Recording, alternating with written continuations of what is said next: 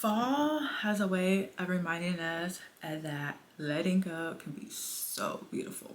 As the leaves changes, I think it's God's way of showing us that we can too. Before this year ends, I'm going to do personally a life audit, not to shame myself for what didn't happen, but to make sure I'm realigning with who I'm becoming and what I want to become. So if you're new here, my name is Cecily. I share my walk with Christ, my self-love habits, and my wellness routines. I'm here to help you heal, grow, and glow. Because really, true transformation could only happen when we become what God intended us to be. So number one, what is a life audit? A life audit is basically a self-check-in. It's pausing and asking yourself, what is working right in my life right now and what's not? It's about looking at your faith, your finances, your health, your habits, and your relationships. And asking yourself, does this version of me still align with the woman I'm becoming? Does this version of me still align with the woman I'm becoming? Maybe you notice certain routines don't feel fulfilling no more, or maybe you've just been saying yes to things that drain you to avoid disappointing others. This is your reminder, you cannot pour from an empty cup and God never asked you. So what are truly the benefits of a life audit? The reason to do a life audit is for clarity, peace, and growth. I'll repeat it again. The reason to do a life audit is for clarity, peace, and growth. Clarity, so you stop living on autopilot. That's like a key. We could get caught up in the day-to-day routines and cycles, and we don't even have no attention to reason of why. We don't even know if we're off track or not because we haven't even paused. To gain clarity, to stop living on autopilot, be honest with what is keeping you stuck. Number two reason to do an audit is for peace. Release what no longer is serving you, even if it's old like expectations. Number three reason why I do an audit, life audit, is for growth. See how far you have become, even in the moments unplanned. It's something beautiful sometimes in the moments unplanned, and it's just seeing the involvement and the growth that happened in those seasons. Now, what is a life audit and why you should do a life audit. But here's the consequences of not doing a life audit before we go into how to do one. When you do not stop and pause and reflect on your life, you tend to repeat cycles. You keep running but never arriving. Emotionally, it could feel like having 100 tabs open in your mind. You can't focus, you can't rest, you can't even create because you're not in a peaceful state or place. Think of it like your phone.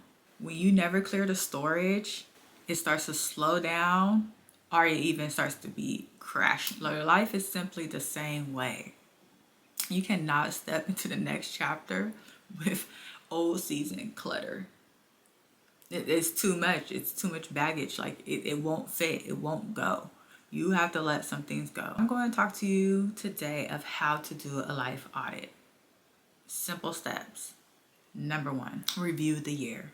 Look at major areas in your life, your finances, your relationship, your habits, your faith, your health, and ask what worked and what didn't work. Number two, reflect on your emotions. When did I feel the most at peace this year? When did I feel the most drained? Those answers always show alignment and disconnection. Those answers always show where alignment and disconnection lives. Number three, redefine your priorities. What actually matters now?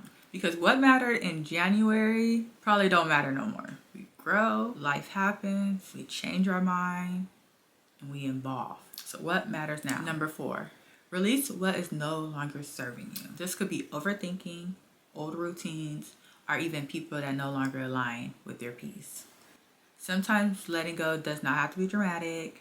It's just quiet detachment, and it happens. It happened to me. I outgrew people. It wasn't in no bad way.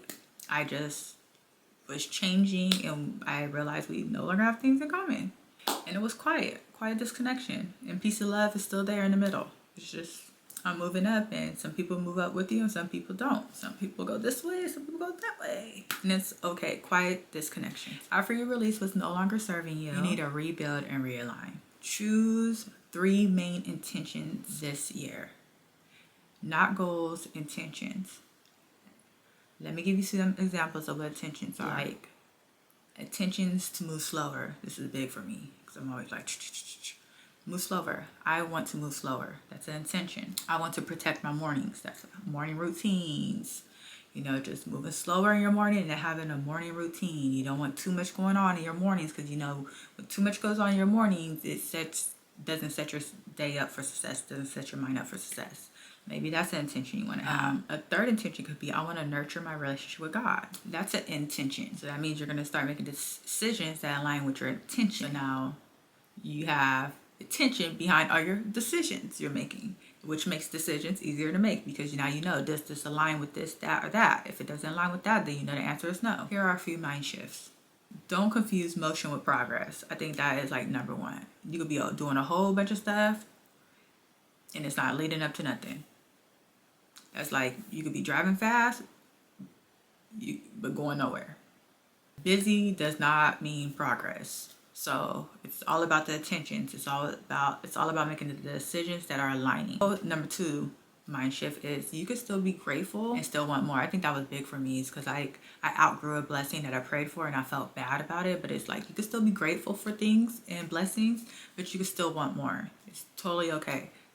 Be kind to yourself. Give yourself grace. That is growth. You should always want more. Number three, because I know we're in this era right now.